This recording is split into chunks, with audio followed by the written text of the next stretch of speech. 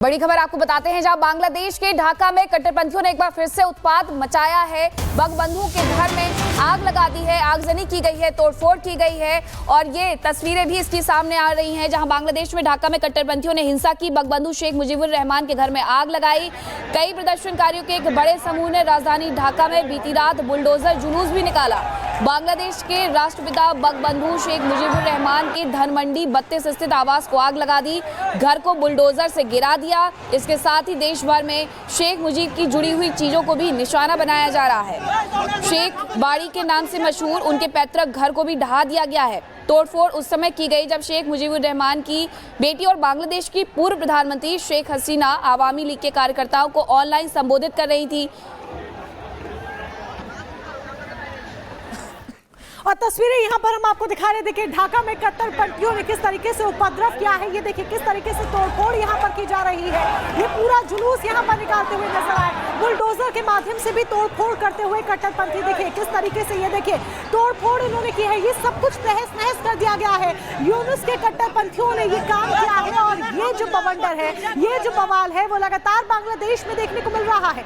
जब से शेख हसीना गई है उसके बाद से इसी तरह की तस्वीरें सामने आ रही है। देखिए किस तरीके से आगजनी की गई है, यहाँ पर धुएं का उठता गुब्बार आपको दिखाई देगा और यहाँ पर किस तरीके से ये उपद्रवी तमाम इकट्ठे हो गए हैं, हंगामा कर रहे हैं, बवाल कर रहे हैं, तोड़फोड़ कर रहे हैं, आग लगा दी गई है। वो ये तस्वीरों के माध्यम से साफ सीधे तौर पर दिखाई दे रहा है और बांग्लादेश के हालात दिन ब दिन बदतर होते जा रहे हैं, दिन ब दिन खराब होते जा रहे हैं। ढाका की ये तस्वीरें हैं जहाँ पर कट्टरपंथियों का उपद्रव देखने को मिल रहा है और ये देखिए किस तरीके से तस्वीर को भी तोड़ने का काम, जो पुतला उसको तोड़ने का काम यहाँ पर किया गया है और लगातार इस तरह की तस्वीरें यहाँ पर सामने आ रही हैं। डंडे इन लोगों के हाथ में है, बड़े बड़े डंडे इन लोगों के हाथ में हैं और देखिए कैसे तोड़फोड़ यहाँ पर ये लोग मचा रहे हैं। और कट्टरपंथी जो जमात है वो बार बार बांग्लादेश में एकत्रित हो जाती है। कभी इस्कॉन मंदिरों पर हमला किया जाता है, उन पर प्रहार होता है, तो कभी हिंदुओं पर प्रहार होता है, तो कभी इस तरह की तस्वीरें सामने आती हैं जहाँ पर ये बवाल मचाते हैं। बांग्लादेश से जुड़ी ये 3 तस्वीरें भी फिलहाल आपके सामने है जहाँ पर एक बार फिर से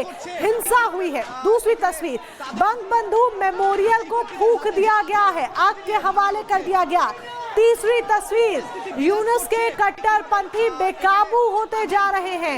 इनके जिस तरीके से बांग्लादेश के हालात सामने आ रहे हैं, तस्वीर सामने आ रही है, वो बता रही है कि यूनुस के कट्टरपंथी किस तरीके से बेकाबू हो रहे हैं और ये हालात दिन ब दिन बद से बदतर होते जा रहे हैं।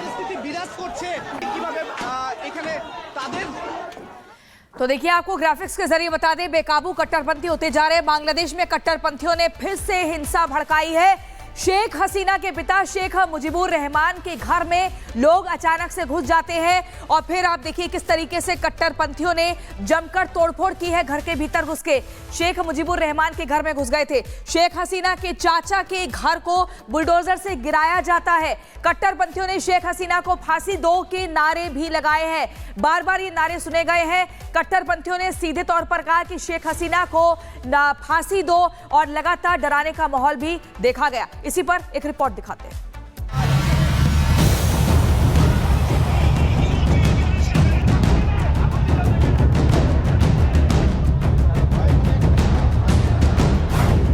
बांग्लादेश में फिर बढ़ रहा विवाद। प्रदर्शनकारियों ने मुजीब का घर तोड़ा।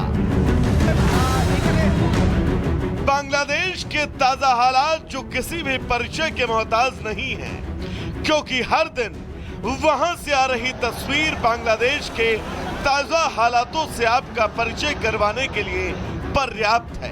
अगर आप इतिहास के पन्ने में झांक कर देखेंगे तो वहां से लेकर यहां आज तक बांग्लादेश में मुजीब और उनके परिवार के साथ हमेशा आपको नाइंसाफी ही नजर आएगी। और एक बार फिर बांग्लादेश से कुछ ऐसी ही तस्वीर सामने आई।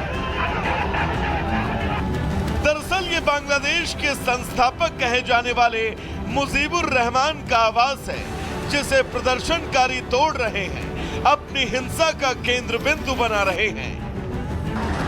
दरअसल बांग्लादेश में आवामी लीग ने आज के दिन देश भर में प्रदर्शन का ऐलान किया था, जिसके बाद आवामी लीग के कार्यकर्ताओं की गिरफ्तारी का सिलसिला शुरू हुआ।